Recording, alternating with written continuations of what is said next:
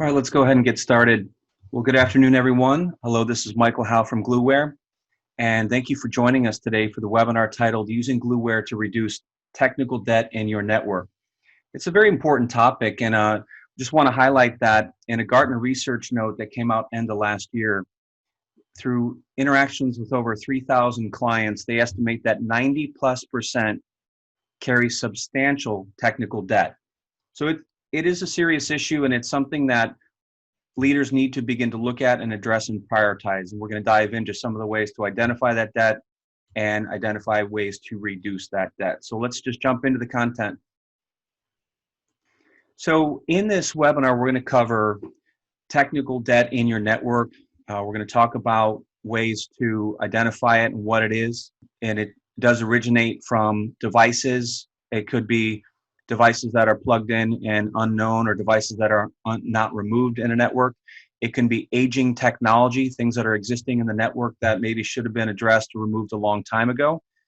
And one of the biggest culprits is around unnecessary configuration and configuration complexity. So we're going to dive into those issues in quite a bit of depth. As we approach how to address it, and how to address it specifically through network automation, we're going to look at ways to inventory your network, audit the configuration of your network, implement intelligent configuration management, monitor the network for drift and state assessment, and even things like operating system upgrades. So we're going to look at across the board ways in which you can help eliminate debt in your network. Why is technical debt so common in large networks? And I think Gartner's note does a good job of kind of highlighting maybe the root cause of it, which is you have a misalignment of incentives and objectives when it comes to network operations. Operations is measured on uptime and availability. They want the network up and they want it available. And there are things that cause outages and there are things that cause degraded conditions, but the priority is not to go and do the cleaning, right? The priority is around, let's make incremental modifications over time and not go and really assess every line in a configuration, really assess the hardware or software versions running.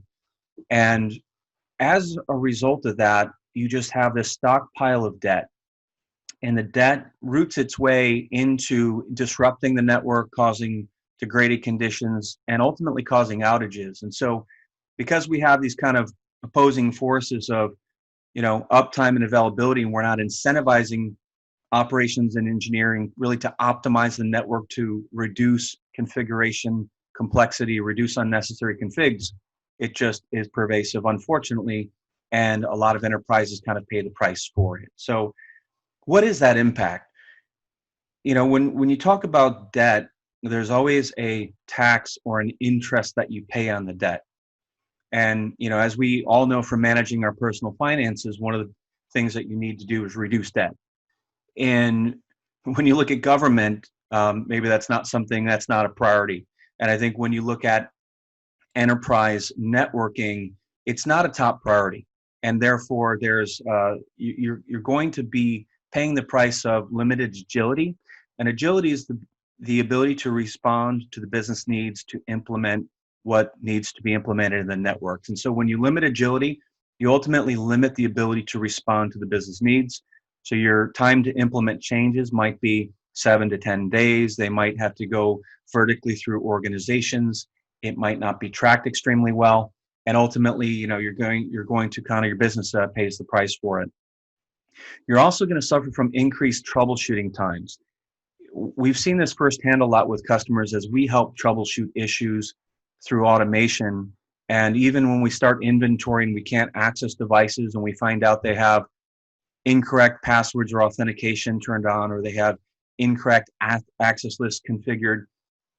All of those misconfigurations and unnecessary configurations are going to increase the troubleshooting time when dealing with an outage situation and or degraded situation. So that's really a pain point. And then you're going to extend downtime and outages. So ultimately, as you have these outages, the mean time to repair and the mean time to eliminate or reduce that outage is going to go up. Another aspect you're going to pay the price for is degraded network conditions. And we often see this a lot as well as we help customers audit configurations. And we see, unnecessary QoS policies, unused access list control entries, and all of these things are going to impact the device's ability to forward packets and handle conditions. So those degraded conditions will rear themselves into, poor audio on calls or poor video in many other cases. And another significant one that it often does become a priority is when you're exposed to security vulnerabilities or vendor defects, also known as bugs. And so if you're not properly managing technical debt, you're going to be exposed to bugs and or vulnerabilities that you could get hacked. And that could ultimately be a high price to pay that then triggers change within your organization. So what we're talking about here is, when you really look at the price you pay for technical debt, needs to be a priority to address it and eliminate it and enable benefits across your organization. So let's dive into some of the causes. There are many causes and there are many things. I think, when you think about networking, and most folks that we interact with in networking, and I was a network engineer myself, and I lived the life managing a global network at IBM that provided, services for thousands of customers. And we also managed individual enterprise networks. And what I definitely saw firsthand is that, technologies kind of tend to not go away in networks. Even when you upgrade one part of the network or one domain of the network, old technologies stick around for a long time. And as part of that, what you often find too is sometimes when you install a new product in your network, the old product doesn't go away. And so that there's a term for that called a zombie network device or even an unknown network device. So these devices can oftentimes create operational issues. And again, they can be from not removing a device when it should have been removed, when an upgrade or replacement went in. It can also be your IT and or business operators plugging in devices and not intending to cause problems, but kind of to bring your own device or plug in your own Wi-Fi access point or maybe even plug in your own router for some specific purposes. When there's an Ethernet port on the wall, people tend to plug in devices. And this can certainly cause issues as well. The other big point, again, we all face in operating networks is aging and outdated technologies. This really starts to bite you when the devices you're supporting in the network go end of life, end of sale from the vendor, and the vendor is essentially not going to be providing fixes and updates anymore. So there's many ways in which this can hit you. One is when you're exposed to vulnerabilities and bugs, you're not going to get that fix. And so the only way ultimately is going to be to update the hardware, which has to be planned out, right? So that is certainly an aspect of it. And the other piece of that is when you have outdated operating systems on your device, or even when you leave outdated configurations on a device. So that ties into the next couple of points within configuration complexity. As engineers, we're always trying to solve network problems and maybe sometimes do it in creative ways. And oftentimes, the ways in which we solve problems are maybe unnecessarily complex. So this comes back to the incentivizing when you're dealing in operational issues and uncover a problem or have an extended period of time of troubleshooting. And part of the problem of that was the complexity of the configuration, raising a case, opening an issue within your organization and really examining that complexity and understanding if it's necessary or not. And maybe you don't need such complex routing policies or route redistributions or VPNs or even QoS. Sometimes there's too many policies configured and there's queues not even being used. And that ties into the final point of unnecessary configuration. This ties into quite a few elements of one is things that are configured and then not needed anymore, so the cleanup is not done. So you're essentially out of policy. Another thing in the Gartner research note highlights this as being one that can cause a lot of problem is that oftentimes unnecessary features are turned on a networking device. And this one's a little bit difficult to really fully understand because you really need to understand the vendor, work with your vendor, and understand which features are turned on by default. Because sometimes things like, HTTP services running on a router, if you're not connecting to that router and bringing up a web interface, maybe you need to turn that off. And that's an example of where that also can provide a security vulnerability. So numerous causes of debt, and the key areas here are really identifying them and then seeing what you can do. So how do you reduce these things? One is you identify. So you start and kick off projects within your organization to identify the debt and then assess that debt. What is it costing you? What is the impact? And then ultimately you prioritize. So what do we need to do first? Things like hardware replacements are longer term solutions when you think about delivery from your vendor and getting that hardware in place. And also look at incentivizing operations and engineering around cleanup. So, what can be done within your organization to kick off these projects and actually incentivize your engineers and operations to reduce the debt, reduce complexity, identify unnecessary configuration, and remove it. Next is standardization. Larger enterprises often have, the paper policies, but how well are you really standardizing? Are you updating? Are you cleaning up? So standardization is really key, but also trying to take a more modern approach and that leverage automation tools to move away from paper standards and actually start to look at and treat configuration as code. So this is a big one. I think this is a key area where Gluware really significantly can help organizations. And then around preventing, how do you prevent additional debt? So we're gonna look at several ways to do that. One is through continuous inventory, understanding what's on the network, through continuous audit, looking at the configurations, ensuring you're still in policy, looking at your configuration drift, and many others. So we're going to look at ways to prevent. In this, we're going to be covering the Gluware platform and the Gluware solutions that address many of these areas.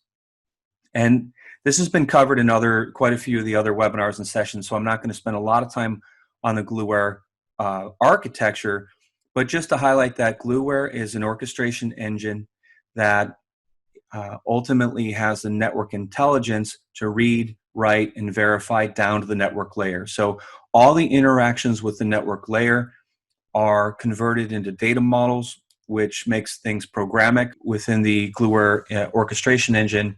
And then the intent-based applications reside on top of the common orchestration engine. So the orchestration engine has vendor adapters for over 23 operating systems at the network layer, and we support the network systems of like routers, switches, firewalls, load balancers, WAN optimizers, wireless controllers, and we're always adding.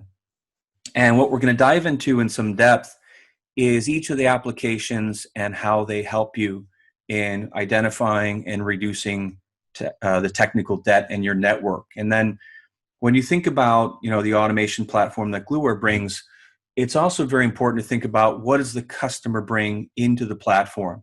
So you bring your IT operations policies and procedures, you bring your configuration policies and your desired state of the configuration, as well as what compliance and auditing you would like to do in terms of security audits, standards-based audits, maybe ad hoc audits. And then you also look at integration with other systems in your management plane. And oftentimes those integrations are performed through API. So leveraging programmatic interface to interface with ticketing systems like ServiceNow or Remedy, or with IPAM systems, or even other automation systems like Ansible. Let's dive into each one of the applications and see how each one can help. So the very first step in terms of using Gluware is Device Manager goes out and discovers and interrogates the lower laying network. So this is one of the fundamental steps, and just highlighting each application will be leveraging the orchestration engine to actually interface and connect and interrogate or audit or configuration manage the lower layer networking devices. So let's take a little deeper dive into Device Manager. First, it has a network discovery capability. This was just introduced in our Gluware 3.7 release. So you configure a seated device, Gluware then leverages that seeded device to interrogate the ARP Cisco Discovery Protocol, link layer discovery protocol, look at the IPs available, and then go and connect to that next layer and connect to those devices and perform a device discovery and interrogate it for things like the serial number and the SKU and maybe even statistics like uptime. So interrogate all that information into the platform so you understand exactly what's in your network. Device Manager has API integration with Cisco. So if you have one valid SmartNet contract with Cisco, you're able to request Cisco support API access. Configured in Gluware, we can access end of life, end of sale, the PCERT for the security vulnerabilities, the SmartNet status on those devices. And then once all that information is in Gluware, we have advanced grid functions with sorting and filtering and custom field tagging when you have specific fields you want to add to various devices. So how does this all help with identifying and reducing technical debt? One is that you need to know every network that's on your device. You need to inventory those devices and assess the running operating systems. And we highly recommend you have standardized and approved operating systems and tight control over that.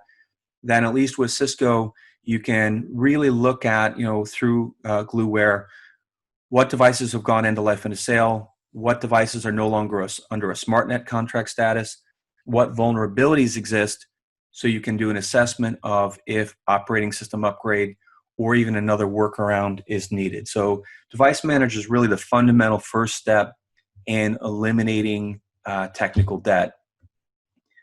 Next is the config, drift, and audit solution. The config, drift, and audit solution really has kind of two key components. One is drift and one is audit. With drift, Gluware is capturing every line of the configuration on every device, and then it is able to compare that with a previously identified standard or previous snapshot that has been validated. So with that, you get a very detailed comparison, and Gluware will highlight anything that has changed. Very nice feature here too is you have all your historical captures. Because sometimes when troubleshooting, it's not the last change, it was 2 changes ago, or maybe a month ago something was modified that was actually the root cause of a problem. So you get that full historical capture and comparison. So how does this identify and reduce debt? One is you have the insight on what is changing, and if people are going in and performing manual changes, or we've had customers tell us that they identified an operator who was in the midst of troubleshooting, removed an access list to try to solve a problem, and then did not restore that access list. Or you hear frequent issues of you're on the front line, you're firefighting, you're trying to solve a customer issue, and so you go ahead and just make a change, and again, maybe it's access list or QoS policy, and there's unintended consequences. So at least with drift, you know exactly what has been changed, and you can track that down, and then ultimately either approve the change or you can remediate the change. So this really dramatically speeds up your troubleshooting, and it also gives you that ongoing monitoring. So this is, once you've kind of cleaned up your house and clean it in order, you got to kind of do the daily upkeep. One of the forms of that is monitoring for drift. The other side or piece of this application is the config audit. So audit is a very powerful piece where you can very easily define audit policies that are defined with CLI and regular expressions. So any non-programmer can go in and build the audits very, very easily. So our customers perform standard-based audits for things like PCI DSS and Sarbanes-Oxley and other type of standards audits. They also do their company policy audits as well as ad hoc audits. And the ad hoc ones are probably most important around security vulnerabilities and looking at if a condition exists on your network. And these audits can be manually executed or scheduled. And most of our customers now run regularly scheduled audits to ensure that the configurations are not going out of policy. So back to how does it reduce debt? One is that you need to get to a known condition. You need to assess and figure out how bad things are. And I'll share with you, a lot of organizations know they have technical debt. It's not until they perform inventory and then they start to perform some auditing that they really see how bad the problem is, and oftentimes are, a little bit in shock of how many issues they had. We had a recent global pharmaceutical onboard 5,000 devices, and they thought they were in pretty good shape. So they created a security audit of the top features and things they needed enabled on every device. They found over 50,000 violations in 5,000 devices. Now, that's just 10 violations per device. But when you think of that, any one of those violations could potentially cause issues. So being able to execute audits, identify those, and then ultimately, repair address the configuration items that are taking you out of policy, and then you are proactive in doing the ongoing monitoring. So this is really a key piece of Gluware. Next is around operating system management. I think this is another key one. We had a customer share, even in fact, recently shared through Packet Pushers podcast and other media. Spoke with us at the ONUG conference, where they onboarded 400 switches, standard kind of Cisco switches that were in their environment. And when they very first ran Gluware's inventory, they found they had over 70 versions of iOS running. So over 70 versions with just 400 switches. So what is the impact of that? One is you may have inconsistent feature sets. So engineering is designing a change. They design the configuration. Operation goes to put it in. Well, it's working on some devices and not on others. And then you start to find out, well, what's different? Well, they're running different versions of operating system. And vendors change things over each release. So that's always an issue. Next is that you have different exposure to different bugs and vulnerabilities. So, you end up having a site go down and you're trying to figure out what happened. Well, as a result, it was a bug or a vulnerability that impacted that device. And, why didn't it affect another site? Well, they're not running the same operating system. So, when you're not standardizing operating systems, you're going to be exposed to a lot of issues. And then there's a lot of pain around executing an OS upgrade. So Gluware's OS Manager fully automates the process of pre-checks, optimizes the transfer of the file itself. We have file servers and can have multiple file servers and geographically dispersed file servers to get those images moved. We can automate and schedule the reboot and the post checks that occur after the operating system. So standardizing and automating the process is a huge capability to leverage in your organization. So how does this eliminate and prevent debt? You standardize those operating systems, you eliminate those issues I talked about. Next is by automating and having automated system for operating system upgrade, you're able to complete changes and upgrades within Windows. We had a customer who was thrilled, who had nearly 500 devices in a manufacturing environment that they were really never able to upgrade because of the time it would take. And they actually executed nearly 500 upgrades in under an hour and with Gluware, and we're thrilled to get that environment updated when I think it had been over 5 years since they were able to get through an operating system upgrade, because many customers have environments with very little downtime, very little, maintenance windows to do those and make those changes. And then finally, you also reduce the complexity and exposure to bugs and vulnerabilities, as I mentioned.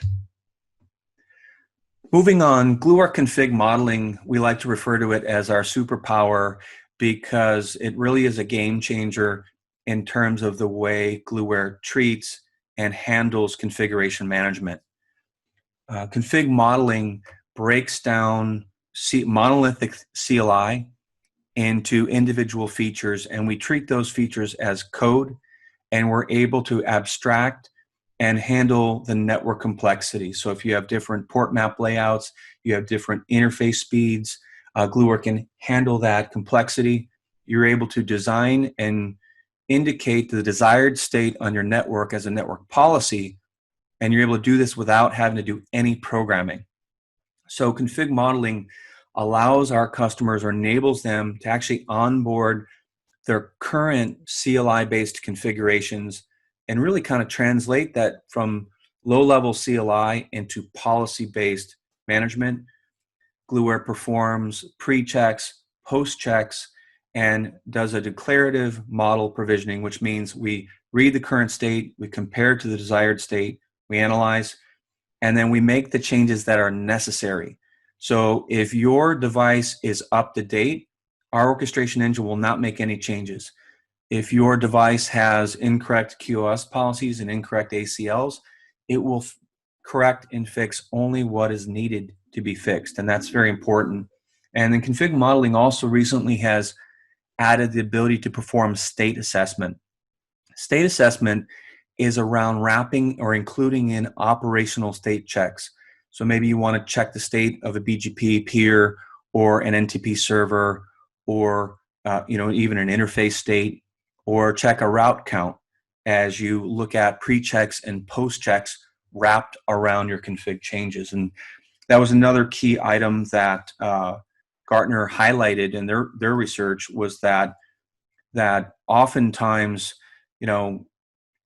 enterprises are just doing net additive configuration and just adding and layering it in, and that they estimate between 10% and 35% of configurations are unnecessary.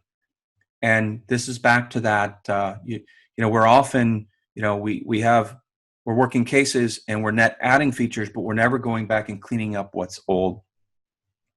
So how does this help prevent that? Well, number one, it enables agility out of the gate. So you get the agility to implement config changes.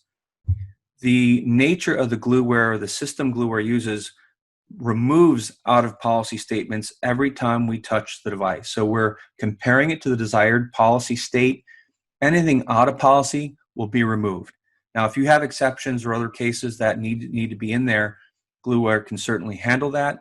But a key step in preventing debt is to eliminate those out of policy steps, configuration. So again, it's also a proactive way to identify and eliminate the debt. So again, this is basically back to being eliminate it as you're going, instead of having to do a quarterly or an annual cleanup. The last solution to touch on here are the Gluware workflows. Gluware workflows provide an abstracted and kind of stepwise execution of common tasks. So Gluware provides a number of workflows in the product. Gluware also can rapidly develop workflows for regularly repeated operational tasks and procedures. And this kind of gets back to, when operations ultimately does things inconsistently or doesn't follow a paper procedure, you're going to end up with technical debt that you're going to have to go and deal with. So how do workflows eliminate and prevent debt? You automate repeated operational procedures, you standardize deployments, and you accelerate troubleshooting. Many of our customers have implemented workflows for troubleshooting, and it has dramatically improved their operational performance and mean time to repair, mean time to identify issues and recover from them. So now we're going to get into the demo. So we will switch over here and run Gluware live. All right, let's get started with the live demo here.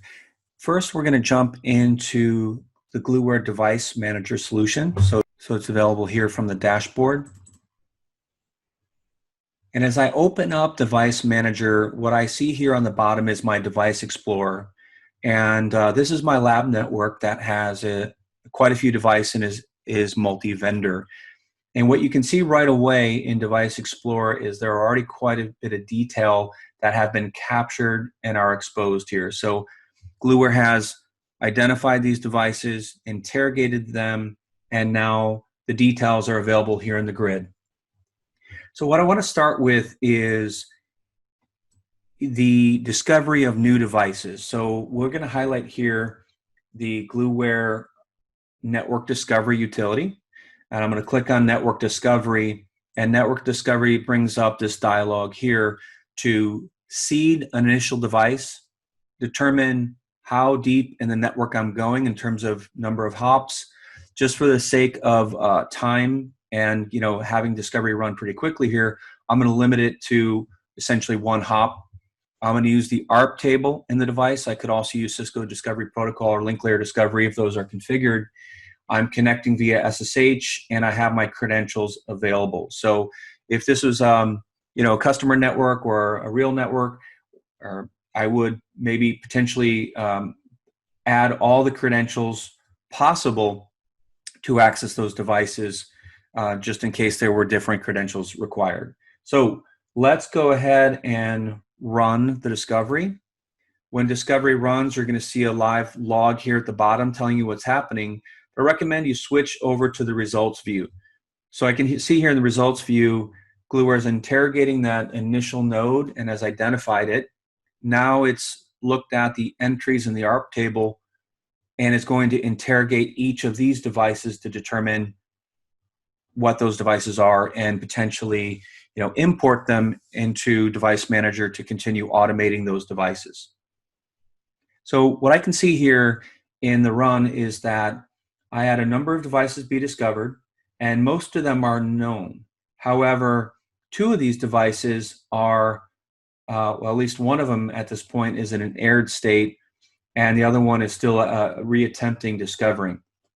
So this was kind of set up on purpose just to show you and highlight that this is going to always happen when you run discovery. You're going to have devices on the network that maybe you can't access, and maybe the credentials aren't right.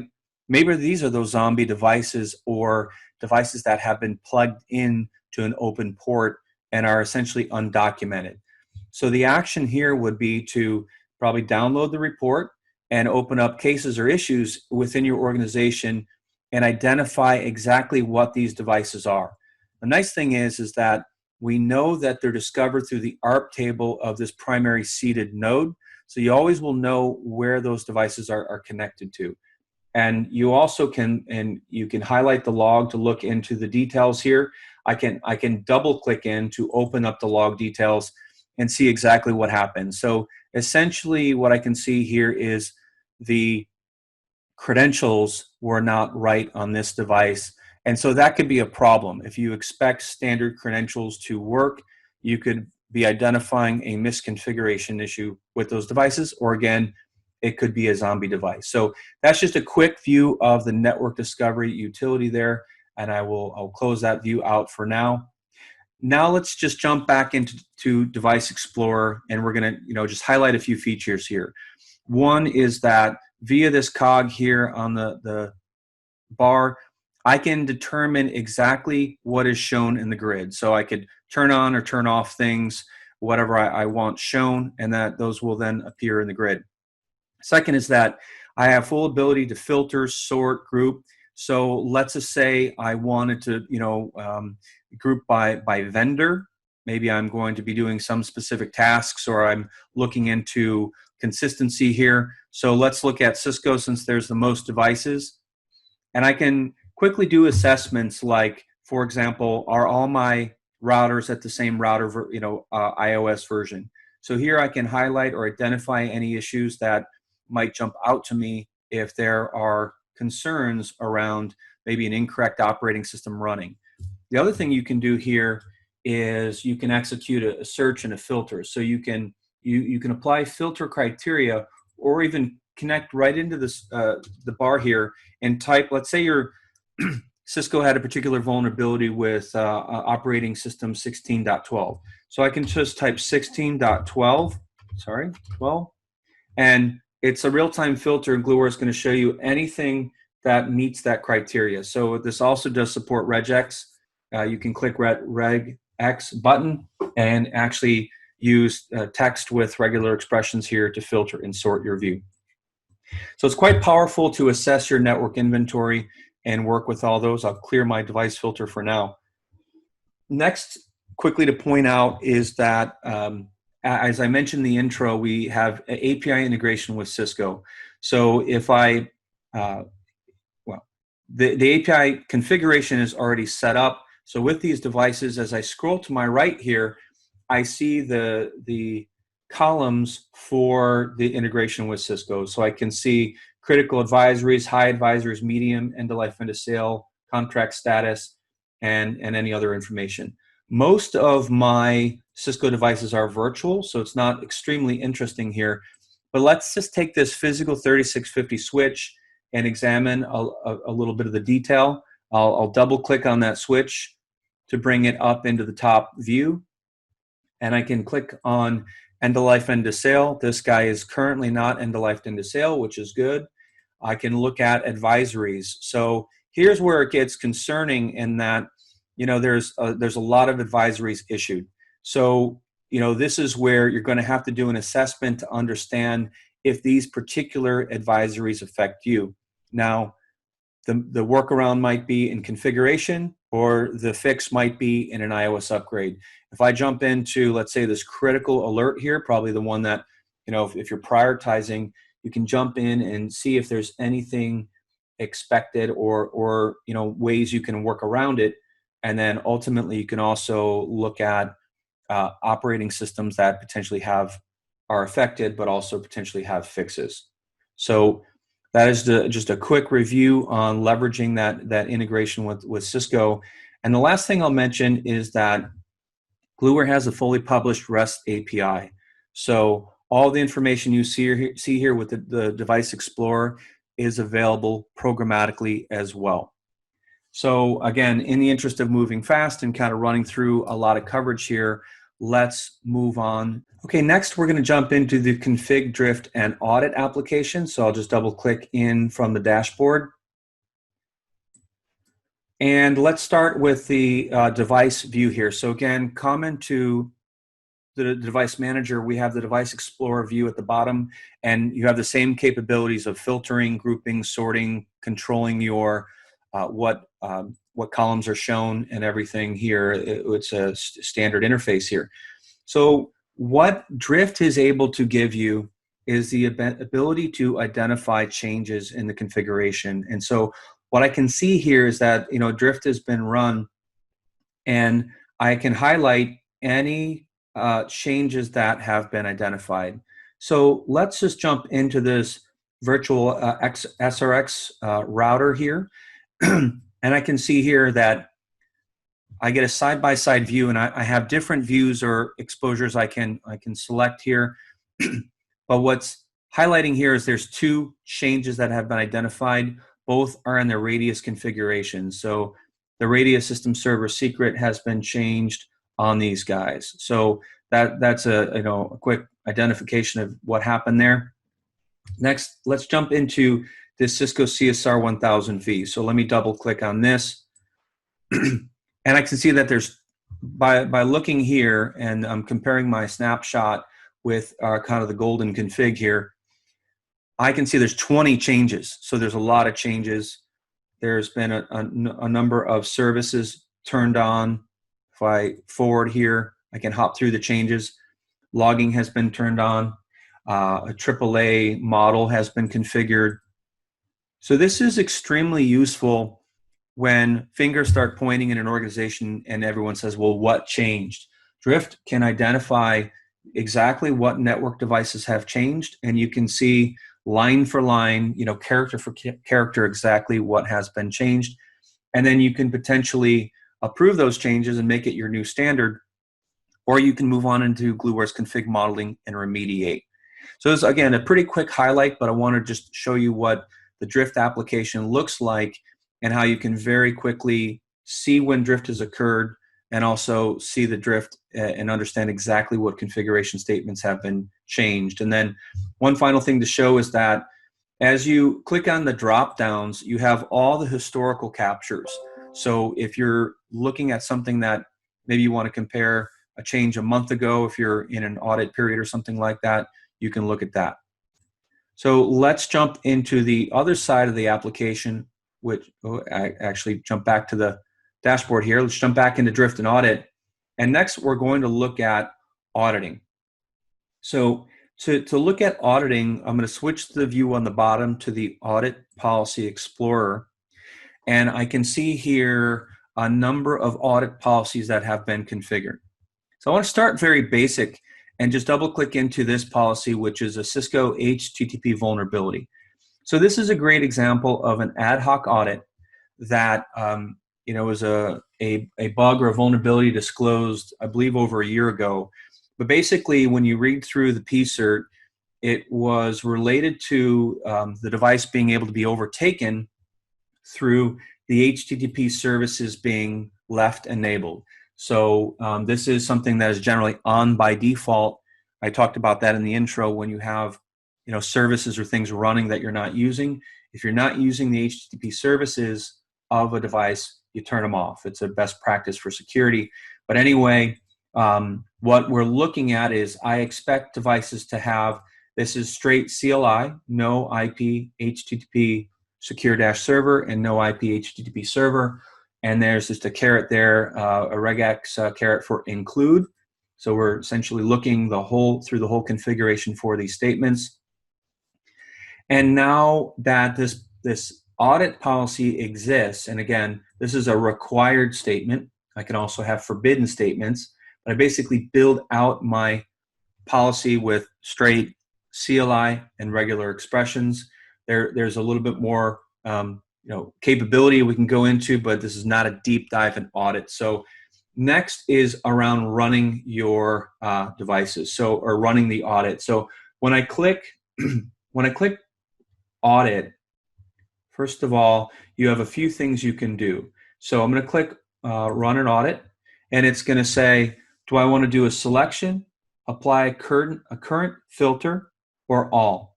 And so what I think is very important here is if you leverage apply current filter, and we go back and look at the filtered list gets created every time the audit is run.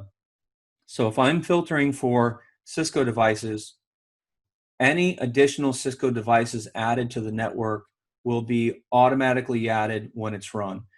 So this is actually quite powerful for ongoing audit. So let me go out of here. So now I'm going to apply a filters by clicking on the filter icon. Whoop, not that one. Sorry, the drop-down icon. And I'm going to perform a filter based on vendor equals Cisco, and hit apply. So that filters my current inventory. But remember, each time if I'm assigning this to a regularly occurring audit, this list will get generated every time. So now here I select my devices and I say audit, run an audit. And I'm going to say apply current filter. So the current filter is filter running on Cisco. And again, if I am going to schedule the audit, that filter would get applied every time and every device added would be picked up. And then the policy I'm going to audit for is HTTP vulnerability, and hit start audit. So I've audited 24 devices. I had one device error, meaning I probably couldn't connect to it, and I had no violations. So if I view my results, I see that none of the devices had the violation that I was looking for. So that's great. Now let's look at another example of an audit by going back to the audit policy. And let's take a look at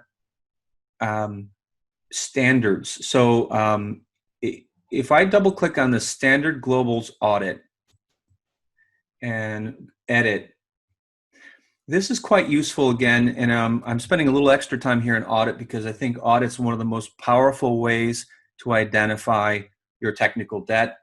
If I look at my standard audit here, and this audit was built for Cisco iOS, I can come in and audit for very specific configuration features that I expect to be turned on. So what you can do is you can take a golden config file, what you believe is to be your company's policy for what every device should have, and you can have subsets. You can have a security audit, you can have a globals audit, This happens to be more focused around global parameters. So you can see here, I require a banner. I require a name server for domain name services. I require NTP server statement. I require an SNMP community. So you literally can build this out with, again, just CLI and regex. And then I can select my devices. So if I go back to my device explorer, and this time I'll clear this filter by hitting reset and hit apply. So I have all my nodes here. And now I'll use a different form of the filter and just say over here, filter by vendor. And I can see all the Cisco's are here, so I can expand that. And let's just say I wanted to just look at my CSR routers here. So I can select these devices. I can hit audit, and I'm going to do the selection that I have, and I'm going to audit them for standard globals audit and hit start audit. And then I can see of my devices, I have 5 total violations, view results. And as I view the results here in the details, I can see I have, an SNMP config is missing. And if I expand these, I can see it's actually consistent across these devices that they're missing the SNMP server community string. So this could be a problem, right? If I'm monitoring my devices with SNMP, this could be ultimately be a lack of visibility in a production network.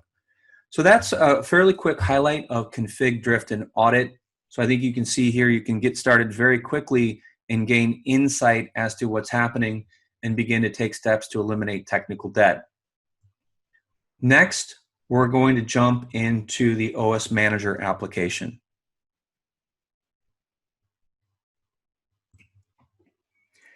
So as we begin to look at OS Manager, it is important to note that in addition to OS Manager, there is another application that's important that corresponds with it, which is the file server. And just to open up the file server here, I can see that I have one file server that is currently synced, and it is synced with my files here. And now, not going to do a deep dive into this, but just to note that you can have multiple file servers installed, and that Gluware will synchronize the images to deploy the images out to those file servers so that they are available to serve to the end nodes. So let's jump into the OS Manager application. And OS Manager is built around defining a plan, validating your plan, and executing your plan. So this is my Plan Explorer, and I can see that plans have been, what plans have been executed here. And let's just go into add an OS plan. And we'll call the plan webinar and hit create. So the premise of the plan is to describe what you're doing. So we're looking to transfer an image only. You could transfer and also deploy, meaning go through the full steps to reboot the device to activate that image. And then for the plan, you need to add one or more devices. So I'm going to add my 3650 switch into my plan. And I can have a plan with many individual devices with unique operating systems assigned to each one. So the plan and the capabilities of it are actually quite robust. So I hit save here and I hit back. Now I have my essentially, it's grouped by SKUs here, of which I have a count of 1. I'm dealing with a small lab network. And I'm going to hit edit, and then I'm going to choose the file. So in my case, I can either browse the whole server or I can browse a catalog. In most networks customer networks, we're recommending they do set up a approved catalog that their operations selects from. I can actually browse, all the files, but in this case, from a fairly simplistic demo here, I can see, and again, I can go back to this view here, but I know that my switch is running, and here's my 3650. I'm running 16.6.5. So let's say, the use case was there's a bug or a vulnerability and we need to upgrade. So I'm going to look at my options, and let's say my approved is to go to 16.6.7. So I select that File, and I select the transfer protocol, and I select, save, and then back. So now my plan is pretty much set, and the next step would be to validate the plan. When you click validate the plan, you're going to see a lot of activity happen. This is the first stage in the Gluware pre-checks that occur. So we're checking the device for numerous things, including that it has space on it, that it's capable. We actually do an API call to Cisco to make sure that it's compatible, and we make sure that essentially the job is in a good state to run. So, you want to get to a state where you have no validation errors detected, and then you can proceed with, as your plan is validated, you can then execute your plan. So once your plan is, you can either schedule it to occur or click run now. So scheduling, obviously, we'll put it into Gluware scheduler and you execute it at a very specific time, or run now will trigger that job to go. So because software updates and transfers take a long time, we're not going to run through those steps. But I just want to highlight for you that the Gluware OS Manager is very powerful in terms of, dealing with the complexities of operating system upgrades, executing all the pre-checks, doing it at scale, running it in parallel, and you can scale the Gluware system as needed in terms of number of servers and remote servers to actually accomplish the number of upgrades that you need to happen in parallel. So here we're at a good validated plan. The next step would actually be to run the job. This job would be to transfer the image. I then would clone the job and create a job that is to deploy the image, and the next step would be actually running through the full process. So I know this was fairly quick, but just wanted to get you acquainted with the OS Manager app and the embedded Gluware file server capability that goes along with it. Okay, in this next demonstration, we're going to take a very quick look at config modeling exposed through our Model Editor app. So while this is not a deep dive, I just want to kind of provide a quick orientation in that what I described in the intro is that Gluware is able to kind of deconstruct configuration and treat it as code. And I thought one of the probably most common things that we help customers deal with and automate are security features. So what I want to highlight for you here is a given router. It happens to be Cisco iOS, but when you think about our approach to config modeling, it's pretty consistent across all the vendors we support. And with this Cisco router, I have tied to it an association that a construct we call an assembly. And the assembly in this case is called standard security features. And I can see the assembly is represented here in this yellow box. So in the standard security features assembly, you can think of it kind of like Lego bricks. I'm determining what pieces I want in my assembly. So the pieces I have selected are AAA for authentication. So that's the feature. And along with it is a policy. The policy is the actual configuration desired state that goes along with it. And we're going to get more into that. Next is we have something called a security feature.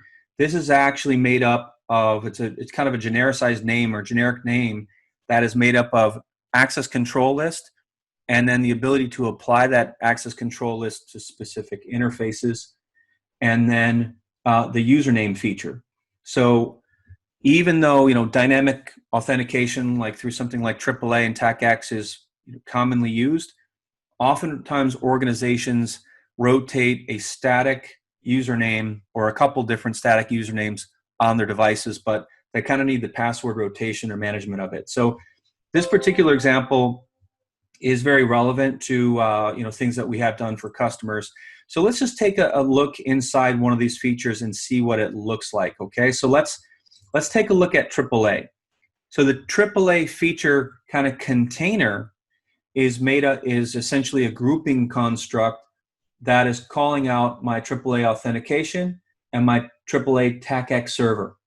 And so the very first construct known as a feature in Gluware by this red box is creating a group of those related things as well as I have a tab here called configuration. And here's where I can abstract or create variables for user input for things like IPs and other things that you may want to, come from operations or that might change over time. So that feature feeds into these constructs you see here, which are related to the reading and writing of the actual CLI. So as I look at each one of these, I look at the command group here, and the command group is grouping a single construct here, which is the CLI for my AAA group. And I have an optional thing here called advanced rendering conditions. And advanced rendering is an advanced topic, so we'll get into that, in further demos here. But the important thing to note is that Gluware, again, has the ability to read and understand a device, and then conditionally it can apply configuration or decide if the configuration is right for that device. Moving forward into the server construct, or the construct for the CLI, here's where you see, and this should look pretty familiar to network engineering and operators, we expose and leverage the native vendor CLI and semantic. So you literally can copy and paste whatever you want in here for your AAA group configuration. And you can see this one in particular here is not exposing any variables, but I certainly could change these static IPs into variables, and Gluware can handle that. The final piece to understand from a Gluware constructs point of view is something called the concept item. The concept item comes with the Gluware config modeling kit for each vendor. We seed the system because we are teaching our orchestration engine how to read these features and understand them. So you can see that for AAA group, the way we teach our engine about this feature is by executing a configuration to look at how it's configured. So in the intro, I talked about Gluware doing a declarative provisioning, meaning we read the current state, we compare it to the desired state, and we only implement what needs to be configured.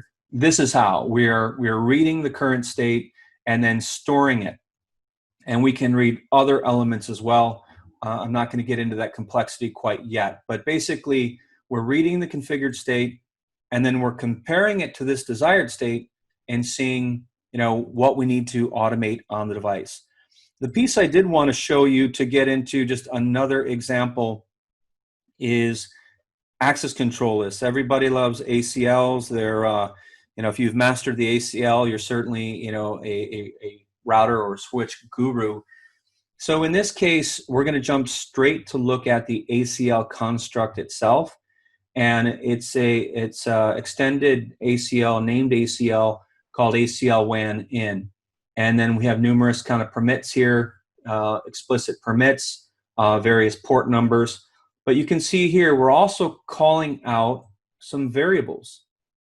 And we're permitting, essentially, the IPs that are on the device. So the Gigabit Ethernet 1 and the loopback IPs here. So, you can see exactly what's there. Now, the powerful thing here is that when you look at the concept item, where we're looking at the access control list,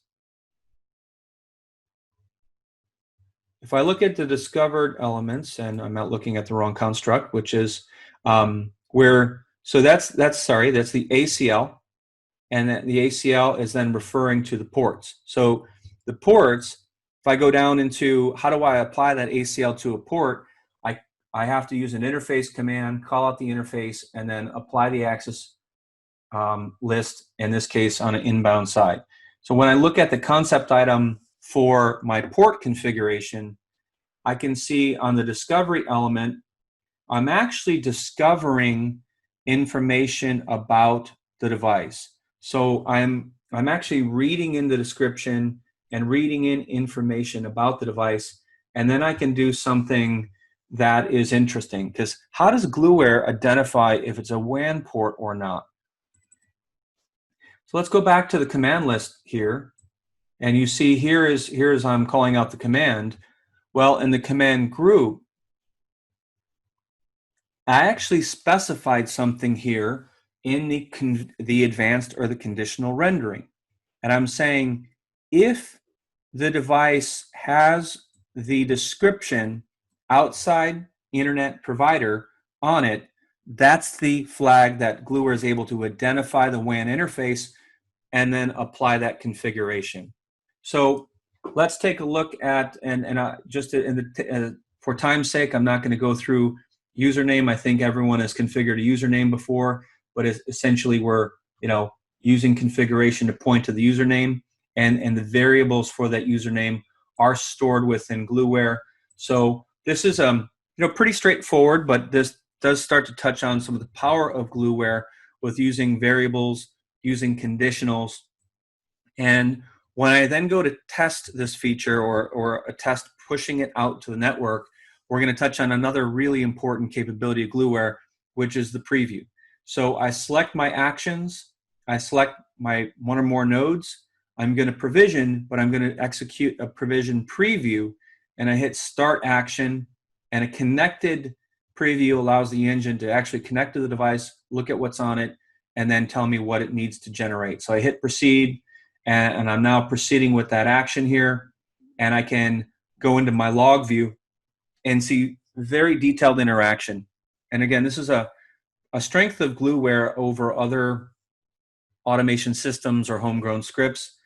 Gluware has a tremendous amount of visibility into exactly what it's doing. And you see all the Gluware internal statements, but you also see all the interaction with the device. And the logging level that you see here is fully customizable, so you can really hone in and look at what you want to see here. So one thing I will show you that is interesting in this configuration is when Gluware was executing the read, looking at the device for the interface, it actually executed a command to go and capture all the information on the interfaces. So it's capturing gigabit 1, it's capturing it if it has a description. So it's going through and capturing these parameters. And I can already tell in just a preview here that it has a description called WAN INTF. So my description is not matching my condition. So I'm already looking ahead here to see I probably have an issue with the way I built my configuration. So another power here is I go to show CLI.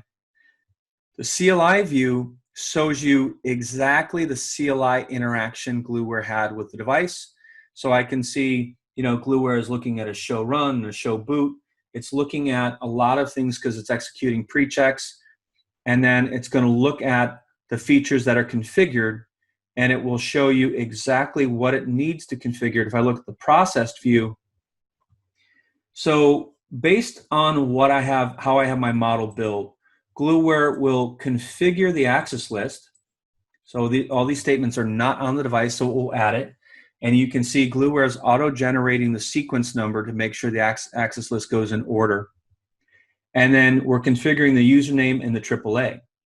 But what you can identify or spot here is that the description is that the interface, the access list is not getting applied on the interface. So what I have to do is change my condition. So I can go back to my log view here, summary, and again, you can do this through going, on the router itself, but what I showed you was we're capturing everything and assigning things to variables. So I know that my WAN interface has a label or description called WAN with a capital INTF. So I should be able to even copy that. So I can go back to my construct for my WAN interface, and I can say my discover description, instead of being outside interface, I'm going to delete that and paste in WAN INTF. So I save this construct. Now I can execute another preview. and I'll expect that to be applied to the interface. So the power you're seeing here is that Gluware can actually deal with and handle very complex features, AAA, security, access lists, quality of service, and can actually read the underlying network and devices and intelligently handle allocation on the proper devices. So we're going to look at here the CLI and the processed view. And I can see what I was hoping for and expected is that my access list got generated, and now it's going to apply that access list to my WAN interface. So to get this one working right, because I'm using a conditional, that description or label must be on the WAN interface for it to be automated. So again, just to kind of also summarize the model editor, is that this is declarative. If you had ACL statements that should not be there, we'll remove them. If you had usernames that were not part of your policy, we'll remove them. If you had incorrect or old ACL models or AAA models, we'll remove those as well. And so that declarative power is quite impressive when you can take this model. Then after you validated it, you can take it and apply it to hundreds or thousands of devices and deploy it successfully at scale. So with that, we're going to jump into the final part of the demo with workflows. Okay, so here in the final part of the demo, we're going to take a look at Gluware workflows. So as mentioned, Gluware has numerous predefined workflows, and then many of them are rapidly integrated upon customer requests. So let's jump into the workflows and take a look. And as I was saying before, oftentimes the workflows are built around the repetitive tasks or things executed in operations. So they can be configuration related, they can be design related, they can be operational related tasks, and even troubleshooting. So this particular one in the category of scan is actually a troubleshooting workflow. I'm going to double click on node scan workflow, and it's going to step me through the input that is required. So in terms of reducing technical debt, this is an example of automating show commands or troubleshooting or health checks to determine if you're being impacted by kind of a debt condition. So let's next here, and I'm going to select the node or family of nodes that are going to be run on.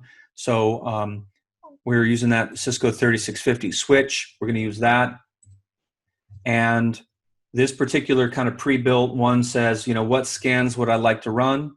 Well, let's look at CPU utilization. Let's look at memory. And then we can run any show command as well. So with the show commands, I'm going to add, IP int brief. So I want to see the state of all the IP interfaces. So I hit next, and this particular workflow integrates with ServiceNow, or you can append it to a ticket or an incident, or you can just generate it to an email. So I'm going to just generate it to my email and hit finish. So the scan is executing. It is showing me the log of all the statements and pieces it's completing. And it's completed. So now we'll go ahead and look at the results of that workflow. Okay, so here I've received the email since the workflow was set to generate that. So I'll look at my CSV here. I can see here it not a very good view here in just say open with Google Sheets. And I can see the status of my IP interfaces, and I could take action if I need. So there's the show commands. Back to the email here. If we look at the other commands that were run, we're looking at the CPU utilization, and we're looking at the memory statistics. So Gluware is wrapping this in JSON, which is actually quite nice because then you can programmatically interface with this data. So, again, just an example of a troubleshooting workflow, that can help, speed time and help identify and help to eliminate technical debt. Okay, so back on video here. Hopefully that demo was useful for you to see how you can identify and assess, remove, and help prevent technical debt in your network. So I want to just go through what's next. What's next for you and your organization, and how can you engage with Gluware? Well, there's kind of three primary options. One, maybe the simplest and straightforward, is you just request a demo or request a meeting. Gluware.com/request demo. You can't miss the button on our website. So certainly request that, and we'll interact with you and create a custom demo of whatever you'd like to see to meet your requirements.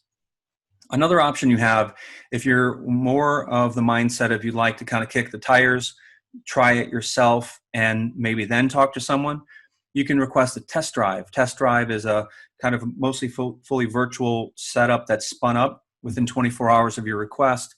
And then you have several days to complete test cases that only should take about 2 hours. So the test drive is a great option to kind of kick the tires. And then third, and maybe most interesting, if you're very serious about evaluating Gluware, is that we're offering a free kind of limited time 30-day trial that's available during the pandemic here, because so many organizations are struggling and really need, automations become more important to get remote control and centralized control. And for a lot of organizations, this is time to go ahead and deal with the debt because people aren't on site or aren't using certain networking resources. So that is available on-prem or through our launch on Microsoft Azure. If you are already in Azure shop, you can spin up Gluware in Microsoft Azure as part of this offer and run it within your own instance. So that is at gluware.com/business-continuity-offer. So we look forward to hearing from you. Finally, I just wanted to touch on that I referred to Gartner a little bit a few times in this presentation. Their research note called How to Reduce Technical Debt in Enterprise Networks, published in late November last year. So there's the document if you're a Gartner subscriber. Also, we have a guest blogger named Terry Slattery. He's very well known in the networking community. Is the first non-Cisco CCIE ever. He works for a company called NetCraftman that's one of our partners.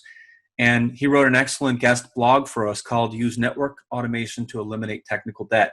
So if you want more of a paper version of this content, check out Gluware.com on our blog page under resources. So again, some great references for you. So with that, it is June 30th here, and we're just ahead of the 4th of July weekend here in the U.S. So have a great holiday. I know it's going to be an unusual holiday for me because we just found out here in Southern California the beaches are going to be closed. So that's a little unusual, but it is very unusual times we live in. So stay safe out there. Have a great holiday. And if you're not in the U.S., hopefully you're taking some holiday here in the summertime. And enjoy, and we'll talk to you soon. Thanks very much for attending.